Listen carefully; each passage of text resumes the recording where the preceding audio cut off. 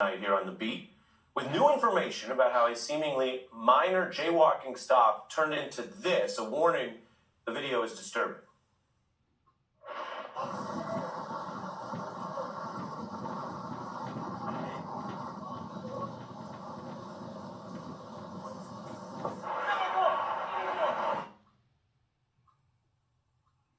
That is the scuffling which proved to be the last moment of Kurt Reinhold's life. The 42-year-old father of two was shot to death by police there in broad daylight. He was unarmed, and he was not suspected of any serious felony or misconduct at all. He was stopped for alleged jaywalking, an infraction in California that carries a $250 ticket and is also rarely enforced to begin with.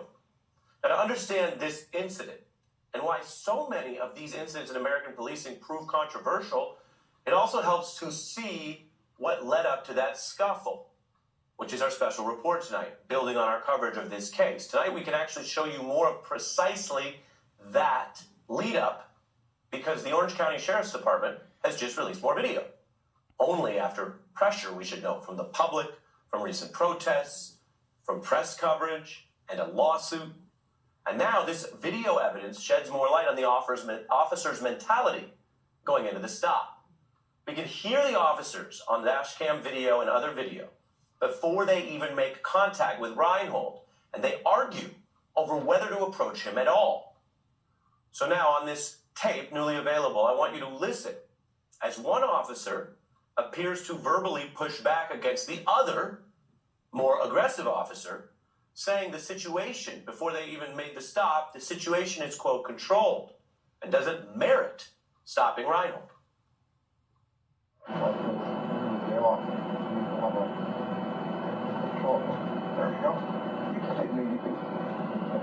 Control, man. I don't know. It is. What guy you stop in the middle?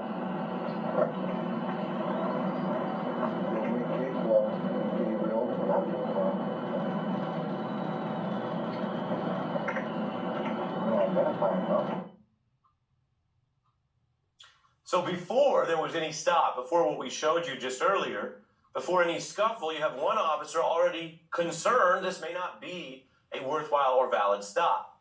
The officer says, don't make case law, which sounds like referencing what could become a questionable precedent. Don't turn this stop into a case about crossing the line or where the line is. But they went ahead and they did pull up to Reinhold. And before even telling him why they are stopping him or if he's technically under arrest yet, you're going to see they start saying if he does not stop, they will, quote, make him stop. Quite the escalation for this alleged jaywalking.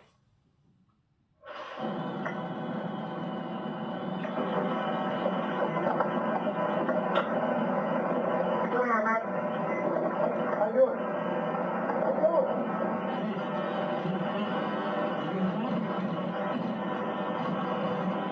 Got the easy on time here, bro.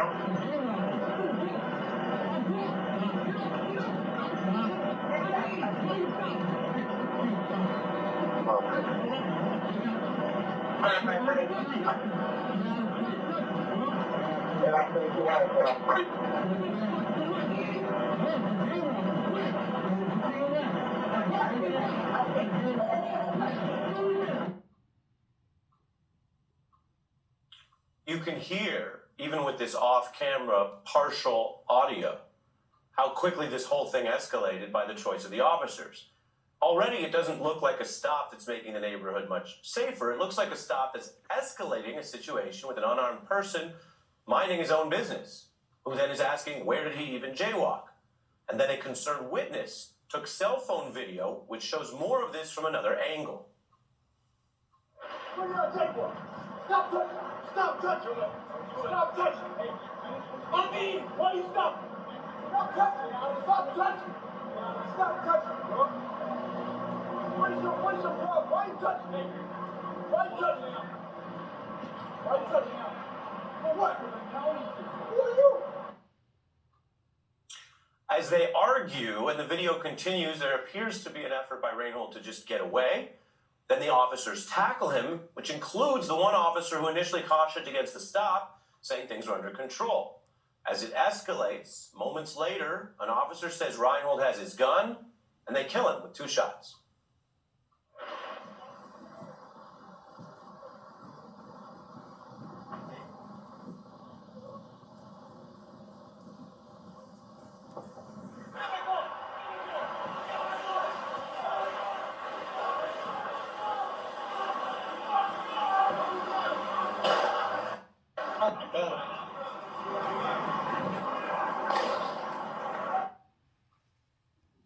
And it was over just like that.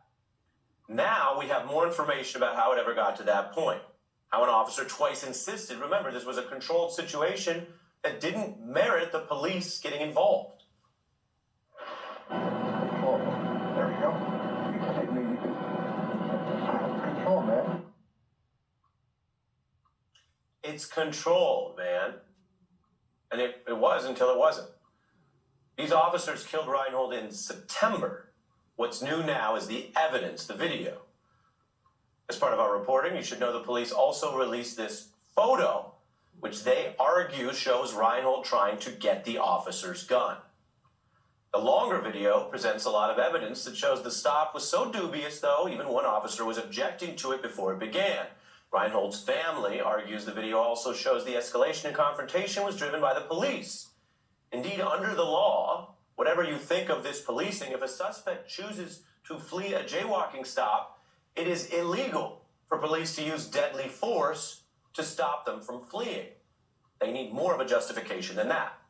Now, without the video, this might be another story that is a blip in the news of police just saying they had to use force against a dangerous suspect grabbing their gun. With the video, if people take the time to learn about the entire context, it really does look like something else. We've been reporting this story out, and tonight we have an attorney for Mr. Reinhold's wife, John Taylor. They have filed a wrongful death suit, and we are also joined by Black Lives Matter activist DeRay McKesson. Thanks to both of you for being here. John, what do you think is important about the newer video evidence? Well, these are homeless liaison officers. Their job is to assist people who are in some sort of distress. And Mr. Reinhold is not a danger to himself. He's not a danger to others. He is not doing anything illegal. He is got a can of iced tea. He's come out of the liquor store. And you can hear the officers as they have targeted him from across the street.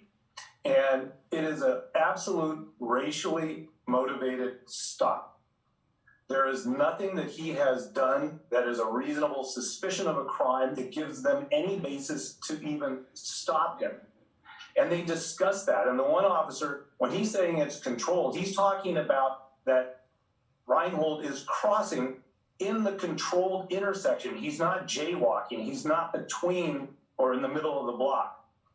And I think that this is so clear and so powerful that when the sheriff held a press conference the day after the shooting, they released the footage from the surveillance camera from the motel, which showed Reinhold supposedly grabbing at the officer's, the deputy's gun, but they did not release this video because this video clearly shows that these deputies had no basis to stop him. So they create the confrontation, they escalate the confrontation, and they end up taking his life.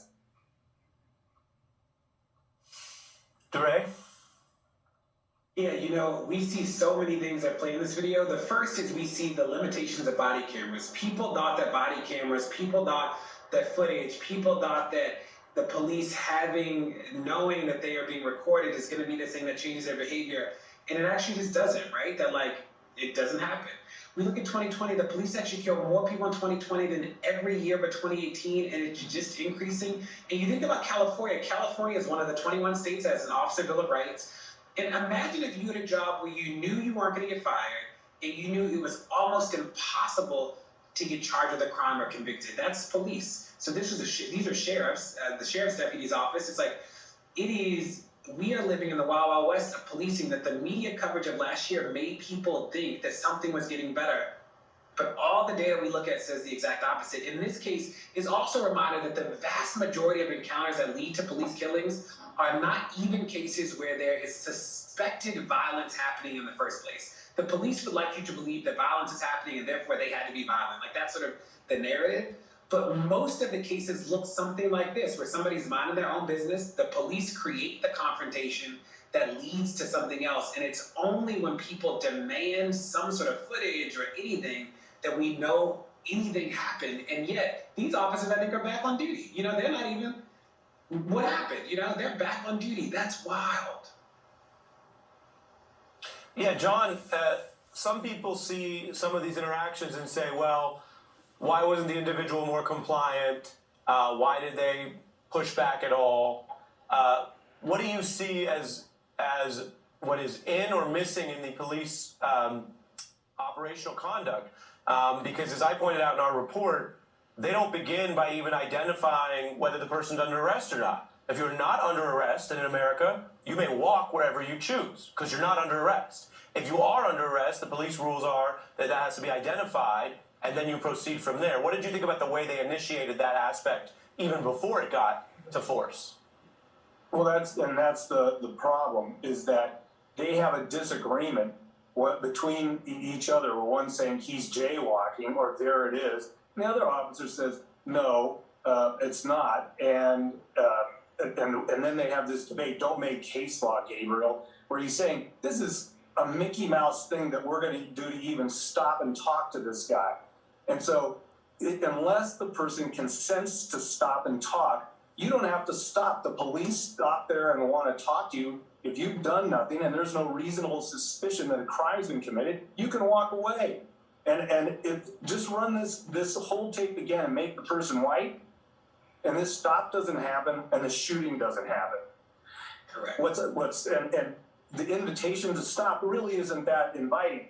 Both of these officers are wearing their rubber gloves when they get out of the car. And in the third person's video, the cell phone video, the officer to the left is clearly seen holding his taser. And so Mr. Reinhold, who's been standing there minding his own business, is now confronted with two officers who are approaching him. They're cutting him off from where he's moving to. They raise and escalate their voices. And the one officer, as I said, to the officer to the right, in his left hand is his taser. And so it seems like they have, an intention to go put their hands on this person. They have no reason. And Kurt Reinhold, tries to understand where they're coming from. He asks, why are you touching me? Why are you stopping me? And then says, keep your hands off me, keep your hands off me. And instead, the deputy persists, and then with no plan, no warning, or discussion between themselves, they just take them to the ground. And once they go to the ground, well, so it's all up. Right. And I got 30 seconds left. John's case turns on what he can prove in court about what was wrong with this legally. DeRay, with 30 seconds, what's the policy, whether this was technically illegal under current law or not? What's your view of a policy problem if the police interaction here is what creates the danger, and otherwise there wasn't danger? Yes, I think the question is, what will the governor and the legislature do? Is that they could repeal the Officer Bill of Rights tomorrow. They could enhance disciplinary sanctions for officers tomorrow. We could limit the power of sheriffs so that they don't have wanton power to do whatever they want in communities. All that stuff is possible. But, in California, the Democrats get a lot of money from the police. So, will they actually push back against their power? That's the question. But the governor has a lot of power. The legislature, they have power to make substantive change today. The question is, will they? Yeah. DeRay McKesson and John Taylor, thanks to both of you for joining us. There's a lot going on, but this is a story we've been reporting that will stay on. I want to thank you for spending time with us here on The Beat with Ari Melber. I'll see you tomorrow at 6 p.m. Eastern. The Readout with Joy Reid is up next.